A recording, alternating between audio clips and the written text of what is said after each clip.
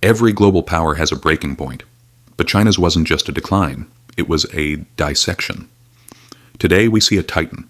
We see the factory of the world and a military superpower, but rewind the clock just over a century, and you see a carcass being carved up by foreign empires like a birthday cake. The civilization that gifted us paper, gunpowder, and the compass was forced to its knees, stripped of its dignity, and left for dead. How does a nation go from being the sick man of Asia to the superpower that keeps the Pentagon awake at night? This is the autopsy of China's darkest chapter, and the resurrection that rewired the modern world. In the early 1800s, China didn't just think it was the center of the world. Economically, it basically was. The Qing Dynasty sat on the throne of the largest, richest empire on the planet. While Europe was dirty and chaotic, Chinese silk and tea were the ultimate status symbols in London and Paris. The emperor lived in the Forbidden City, surrounded by a level of luxury that made European palaces look like barns. But arrogance is a slow-acting poison. While the West was forging the Industrial Revolution, building steam engines, railways, and modern rifles, China hit the pause button. The Qing court looked at foreign technology and saw nothing but barbarian toys.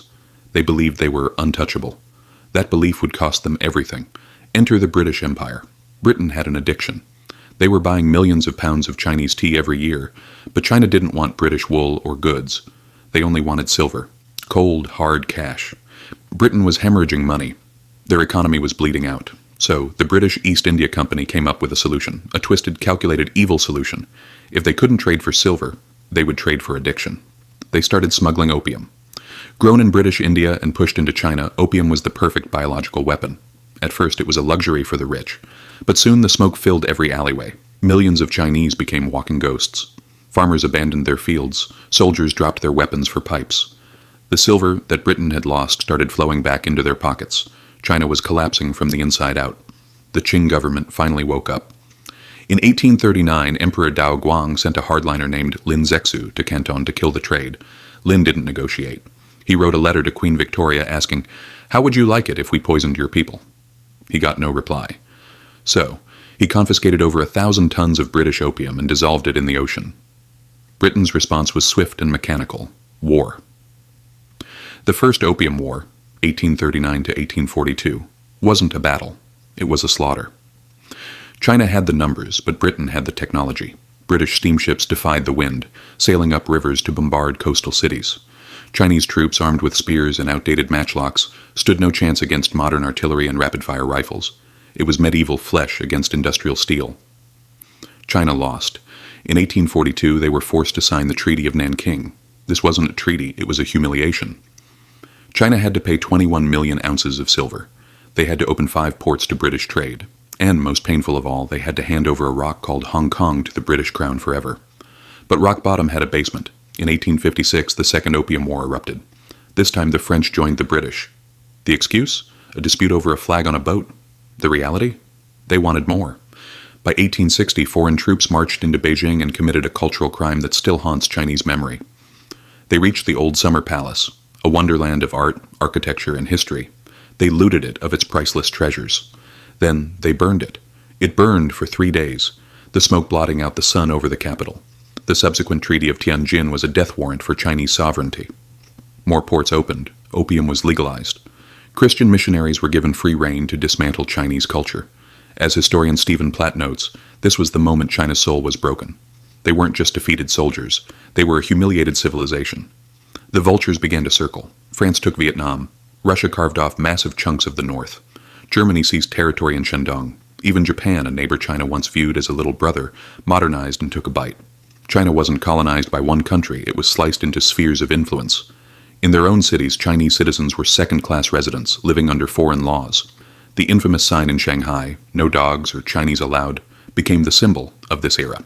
The Qing government tried to stop the bleeding. In the 1860s, they launched the self-strengthening movement, trying to adopt Western tech while keeping Chinese values. They built shipyards and bought guns, but the rot was too deep. Corruption was systemic. The Empress Dowager Cixi, the real power behind the throne, was more interested in preserving her own power than saving the nation. By 1900, the people snapped. A group called the Boxers, the Society of Righteous and Harmonious Fists, rose up. Claiming magical immunity to bullets, they slaughtered foreigners and Chinese Christians. The desperate Qing government made a fatal error. They supported the Boxers. The response was the eight-nation alliance. Britain, France, Germany, Russia, Japan, the US, Italy, and Austria-Hungary united to crush China. They occupied Beijing again. The reparation bill? 450 million tiles of silver. More than the government's entire annual revenue. This was the psychological breaking point. The people realized the Qing Dynasty was nothing but a corpse on a throne. In 1911, the revolution led by Sun Yat-sen finally ended 2,000 years of imperial rule. China became a republic. But there was no happy ending. The vacuum of power sucked the country into chaos. Warlords tore the map apart, fighting for scraps while peasants starved. Generals lived like kings while the nation became a failed state. And then the true nightmare began. In 1931, Imperial Japan invaded Manchuria. In 1937, they launched a full-scale invasion. What followed was hell on earth. The rape of Nanking in 1937 isn't just a historical event, it is a crime scene. In 6 weeks, Japanese soldiers butchered between 200,000 and 300,000 civilians. Women raped, children bayoneted. Soldiers holding contests to see who could behead the most prisoners. For 8 years, China fought for survival. The nationalists under Chiang Kai-shek and the communists under Mao Zedong paused their civil war to fight the Japanese. Cities were firebombed, chemical weapons were deployed, horrific medical experiments were conducted on live prisoners. But in the fires of this apocalypse, something shifted. The shared trauma began to weld the fractured Chinese people back together. The humiliation, the grief, the rage, it built up like pressure in a magma chamber. World War II ended in 1945, but the bleeding didn't stop. The Civil War resumed instantly. By 1949, Mao Zedong and the Communists emerged victorious. Chiang Kai-shek fled to Taiwan. On October 1, 1949, Mao stood at Tiananmen Square and uttered the words that would define the next century. The Chinese people have stood up.